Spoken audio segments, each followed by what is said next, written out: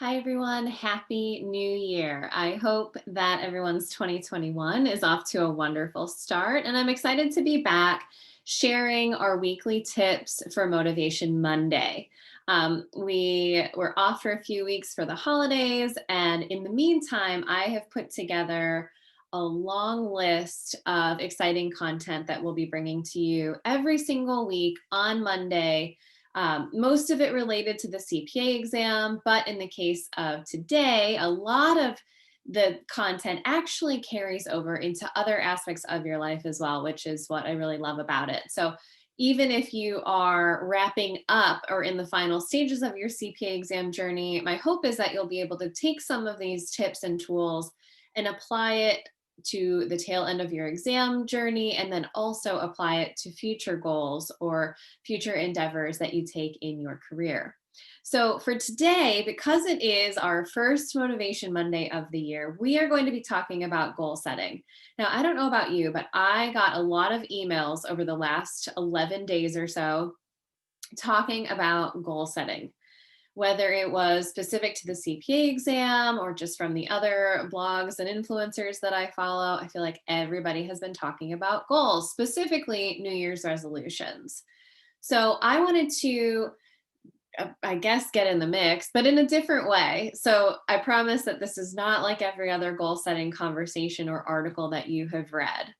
One of the things that I have noticed with myself and with clients over the years, and perhaps you've seen this for yourself too, is that no matter what I do with certain goals, uh, especially New Year's resolutions, after January, February, the further along we get into the year, the more exciting things that pop up in the calendar, the harder it is to stick with that goal.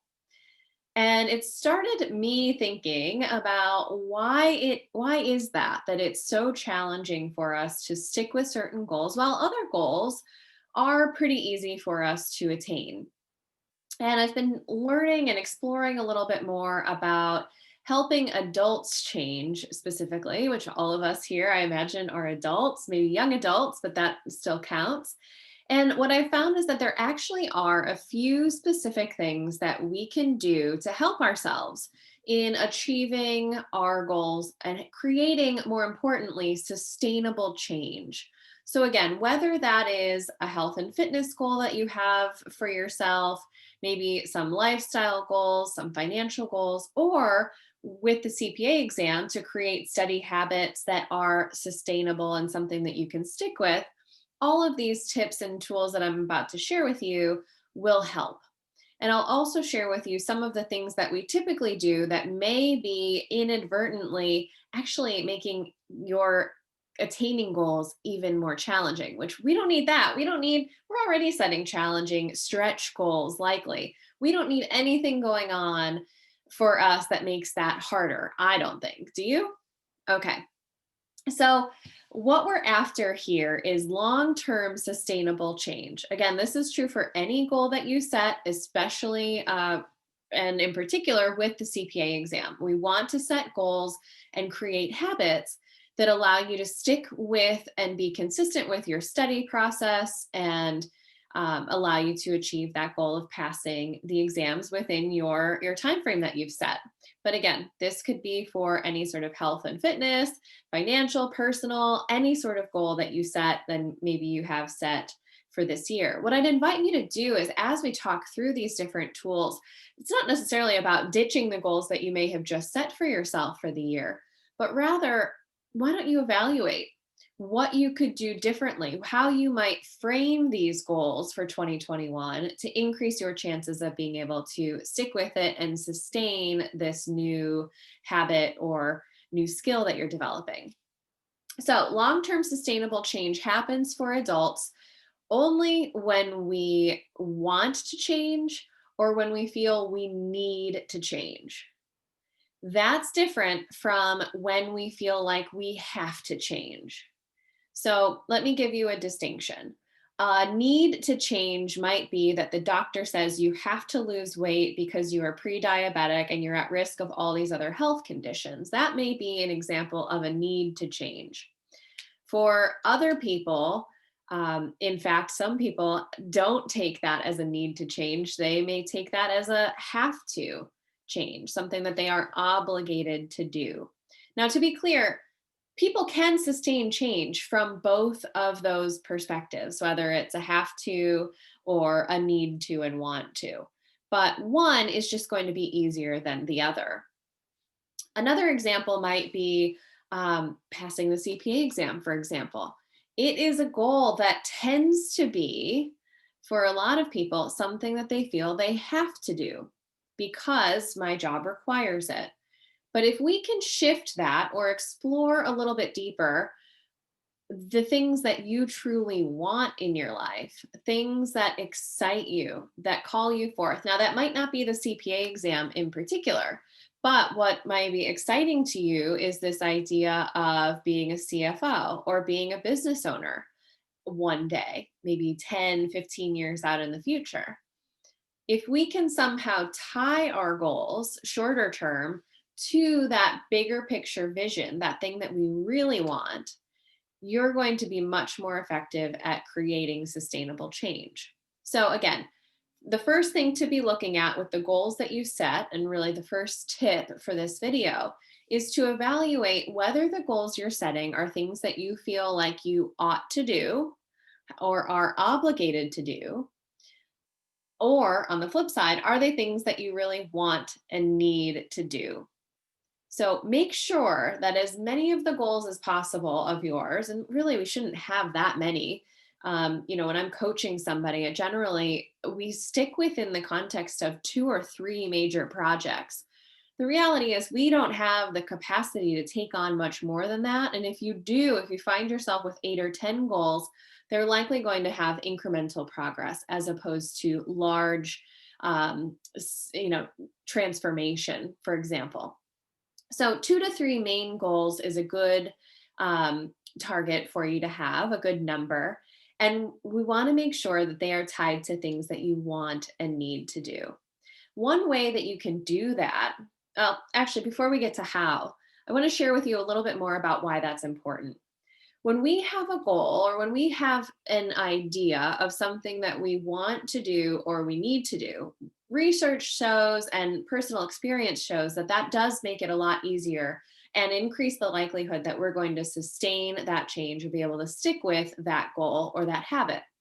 Why is that? It's because it actually evokes positive emotions. When you take action towards achieving that goal, that thing that you want or really need to do, and you get closer and closer to that being a reality, that makes you excited. That makes you happy. You are encouraged by that progress. Maybe your life is getting easier. You're seeing some positive benefits from this. And it encourages you to take further action to pursue that goal even further. Now, on the flip side, if it's something that we feel we ought to do or have an obligation to do, that instead of evoking positive emotion, often evokes negative emotion in people. And for those of us who are high performers, which I think a lot of people who are drawn to the accounting profession are, one of the things to be mindful of is that when we set goals, it can actually evoke stress hormones in us. Those goals create that obligation, which then elicits stress and pressure that is often self inflicted. So, just something to be mindful of there. So, it yields those negative emotions. Then the goal now becomes actually something to avoid as opposed to something that we want to pursue. Now, yes, as I said earlier, you can pursue long term goals that are something that you ought to do.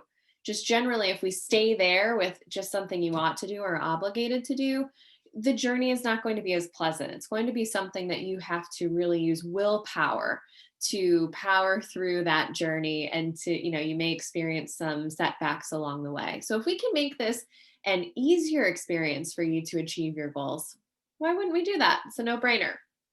So one of the other things that I wanted to share with you, and I'll show you this book in a moment, but just want to read an excerpt. So when we set a goal, we begin to think about how to work towards it. Of course we do. A lot of my clients, especially accounting folks, want to know the how. In fact, a lot of us set goals already knowing the how. So coaches, myself included, would probably say that's not necessarily a stretch goal for you because you already know how. One of the exciting parts about goals and scary parts about big, hairy goals, as we would say, is that a lot of times we don't know the how. We don't know how we're going to do it. We just are excited enough about it. It's important enough to us that we're going to pursue it anyway. So you may see this in yourself also. When we set a goal, we begin to think about how to work towards it. What that's doing is actually engaging part of our brain known as the analytical brain. I won't get too deep into the science of this. That invokes our stress response, and that can actually impair us cognitively. So sometimes people get so hyper focused on a goal and the pursuit of that goal that in fact it stops you from being able to see other possibilities. You can get so focused on the next step that you need to take, you might not be seeing that in fact there's an easier way to go about this, or there might be a shortcut or something else to do that makes more sense in pursuit of that goal. In fact, they actually talk about in this brain science that it when people get into that state, their peripheral vision is impacted, negatively impacted. So it's not just about your vision for your goal and for what you're going, your next action step, but in reality, your actual physical vision can be impacted from that place. It's really interesting how these things are tied together. But the most interesting part of this is that setting a specific target can actually shift our focus not only away from important possibilities and other things, right, where we get hyper focused on the goal, but in fact, our focus can actually shift to what I would consider damage control. In other words, how do we avoid failing at this goal? Again, all of those things are going to invoke stress and additional pressure on us, things that we don't need. So this came from, just so you know, this came from a book called Helping People Change. This is written specifically for coaches and helpers. So if you find yourself in a position where you're often helping people, maybe you're a manager or a supervisor in your role, I'd highly recommend this. I'll link it below. If you're not, then it may not make sense for you to read it, but fear not, I have read it. I have flagged it, tabbed it. I'm sure I'll be referencing it again, but just something to keep an eye out for. So just wanted to point out that that is part of what's happening in our brain. After we set this goal, we actually start to look at how do I actively prevent myself from not achieving this goal. So now let's go to the how. How do we, in fact, set ourselves up for success, put ourselves in a good position to achieve goals, but do so in a way that is sustainable long term? And the answer to that is something, again, done in the research by these three authors. The main one, Richard Boyatzis, just highly recommend. But again, I'll be talking about this a lot, I'm sure. One of the things that he talks about is your ideal self. So the other recommendation that I would have is to step away from your goals for 2021 for just a moment, sometime today or in the next couple of days, and reflect on this idea of your ideal self. So if you think about your life in 10 to 15 years from now, and it is ideal, incredible, fantastic, what does that look like? And that doesn't just mean what you're doing. This is also, meant to be a reflection on your personal values, who you are in the world. What are your passions? What are your, what are you excited about? Yes, of course, what do you do? What are you doing? How do you spend your time? But everyone has this idea in their mind of their ideal self. Whether or not you've ever put pen to paper or words to a page about it or spoken about it, that maybe is something new for you. Maybe you've never done that before. I hadn't, not in this way at least. And I've done a lot of goal setting in my life. But the main thing to think about here is, what is that ideal life? Again, not just materially, but also who are you on the planet? What What are the things that are important to you? Another way to think about it is actually to think about a bucket list. And I may do another Motivation Monday specific to this bucket list exercise, but that's a way to think about it too if you're more of a list oriented person. Now, what you'll notice is between this ideal self and your current self, there's going to be a gap. And so when we talk about setting goals for the next year or the next 3 to 5 years, what we want to be able to do is take those goals and tie them, see those goals as a vehicle to get you closer from where you are today to your ideal self. So, and that also is a source of inspiration for your goals. If there is an area where you see a very clear gap between where you are today and your ideal self, consider setting a goal in that area. That in itself is a goal that is tied to something that you want or need, not something that you ought to do. And just by nature of having those two things in place, you're going to be much more likely to create sustainable habits and sustainable change in yourself, not something that is temporary or fleeting. In addition, it's just going to be more fun and it's going to get you to that future vision so much faster. That's obviously something to be proud of and excited about. So I hope you enjoy that. If you have any questions about setting goals, if you want to share your goals with me, I'd love to hear them. I'll drop some contact information in the comments below, also, along with the link to this book for anyone who's interested. And be sure to stay tuned for future Motivation Monday topics. We're again going to be talking about a lot of things CPA exam related this year. Also, some other things that, again, topics like goal setting or forming habits and all of those things that can really do translate from the CPA exam to the rest of your life, which is fantastic. You allow yourself to win at the CPA exam and you can take those skills and apply them everywhere. So I look forward to being with you again next week. And if you have any questions, you know how to find me. Take care. Have a great one.